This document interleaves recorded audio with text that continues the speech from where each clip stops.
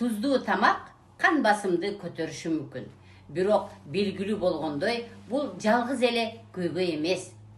Медпортал жазгандай, рациондо туздун ашыкча болушу, тынсыздануу жана депрессиялык абалдардын өнүгүшүнө байланыштуу механизмдерди иштетиши мүмкүн. Изилдөөчүлөр лабораториялык тышкандарды тузу көп диетага отургузушкан.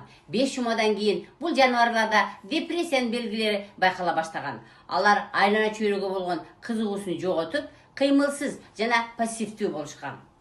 Туздун көп болушу белоктун активдүүлүгүнө таасир берет. Изилдөөчүлөрдүн пикиринде дал ушул белок жүрүм-турумдагы депрессияга окшогон өзгөрүүлөрдү жаратышы мүмкүн.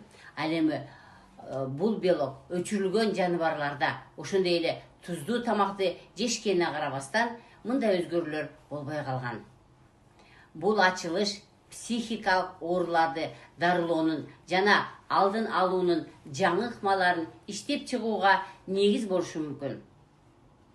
Анткени адамдар көп учурда канча туз колдонуп жатканын өздөрү да байкашпайт. Туздун көп өлчөмү жарым фабрикаттарда, колбасаларда, снектарда, даяр соустарда жана фастфудта болот.